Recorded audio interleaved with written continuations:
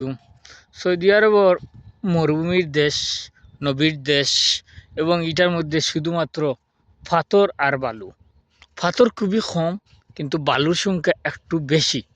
তার মধ্যে আল্লাহর নিয়ামত, অসংখ্য নিয়ামত, যেটার মধ্যে যেই জায়গার যেই স্থানে আপনি একটু পানির সাহায্য নিবা আর সবজিগুলা চাষ করবা, দেখবা আপনার সবজিগুলা হয়ে গেছে।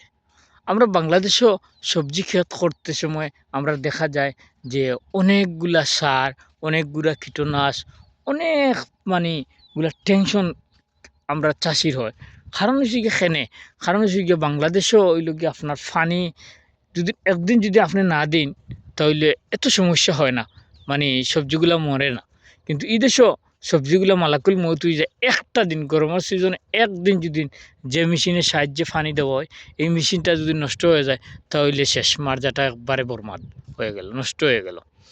এখন আপনার কাছে চলে আসে যে এই দেশ মরুভূমির দেশ, এই দেশের বৃক্ষরোপণ করা আর বাংলাদেশের বৃক্ষরোপণ করা একইভাবে না, একই পদ্ধতিতে না। অনেকে আছে যে বুঝে যায় বলে আমি বাংলাদেশে আমি কৃষি এগ্রিকালচার অর্থাৎ কি কৃষিক্ষেত করেছি এবং লাভজনক ব্যবসা আমার কৃষিক্ষেত, কোনোদিনও আমার লস হয় নাই। তো সৌদি আরব যাওয়ার সাথে সাথে আমি কৃষিগুলা নিয়ে আমি আমার অভিজ্ঞতা আছে, তাই আমি কৃষি চাষ করব এবং লাভবান হব, এটা আশা করি 100%।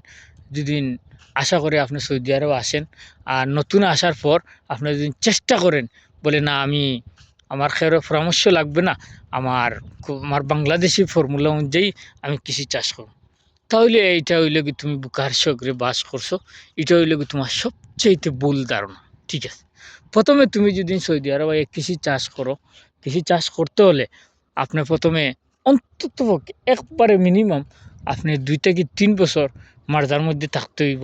মার্জার মাঝে কীভাবে লাউ চাষ করে, কীভাবে পেঁয়াজ চাষ করে বা কীভাবে সবজিগুলা, এক একটা সবজির সিস্টেম এক এক ধরনের।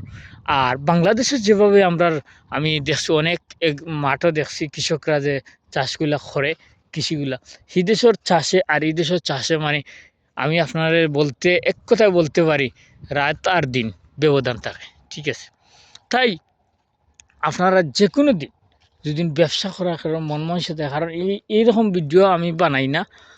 কারণ হচ্ছে কি একজনের সাথে আমার কথা হয়েছে যে উনি বলছেন যে আমি দীর্ঘদিন আমি বাংলাদেশে আমার একটাই পেশা ছিল, আমি কৃষিগুলা চাষ করতাম, ফলন এটাই বিক্রি করে আমার ফ্যামিলি চলতো, আমার ভালো একটা উপার্জন হইতো। এখন আমি মার্জায় দেখলাম আজকে 1 মাস হয়েছে আমি কাজ করতেছি, তে আমার মনে হয় যে মার্জাত আমি লাভবান হতে পারবো। আমি একটা মার্জা আমি ইজারা নিয়ে অর্থাৎ ভাড়া নিয়ে আমি মার্জাতে আমি কৃষি রোপণ করব, কৃষি চাষ করব, আমি লাভবান হব। আমি ওনাকে বললাম না কখনো তুমি হতে পারবে না, কারণ হচ্ছে কি তুমি অন্ততপক্ষে 2 থেকে 3 বছর, মিনিমাম 2 বছর তুমি মার্জার মধ্যে থাকতে হবে এবং পরিশ্রম করতে হবে। দেখবা একজন পুরাতন একজন মার্জার ব্যবসায়ী কীভাবে মার্জার ফসলটা কীভাবে উৎপাদন করে, কীভাবে পানি দেয়, কীভাবে ঔষধ দেওয়া হয়, সেম এটা আগে দেখতে হইব। তারপর তুমি মার্জার মাটি সম্পর্কে ধারণা করতে হইব। কোনো মার্জার মাটিগুলো আছে আপনার শুধু বালুর মধ্যে খালি ছোটো ছোটো পাথর, এই ধরনের মার্জা কিন্তু খুবই মারাত্মক। এটার মধ্যে কোনো সবজি হয় না, কোনো ফল হয় না, কোনো ফসল হয় না। সার দেওয়ার সাথে সাথে সারগুলো এই পাথর আছে, পাথরগুলাই ভিতরে এই যে নিচে আছে মাটির উষ্ণ যে মাটিটা আছে এই মাটিটার মধ্যে সারটা চুষে না, তখন বৃক্ষগুলা মরে যায়। বৃক্ষগুলা সারের যে যেতগুলা ক্যাপাসিটি আর এগুলো পায় নাই। ঠিক আছে, আপনারা ভালো থাকুন, সুস্থ থাকুন, আসসালামু আলাইকুম।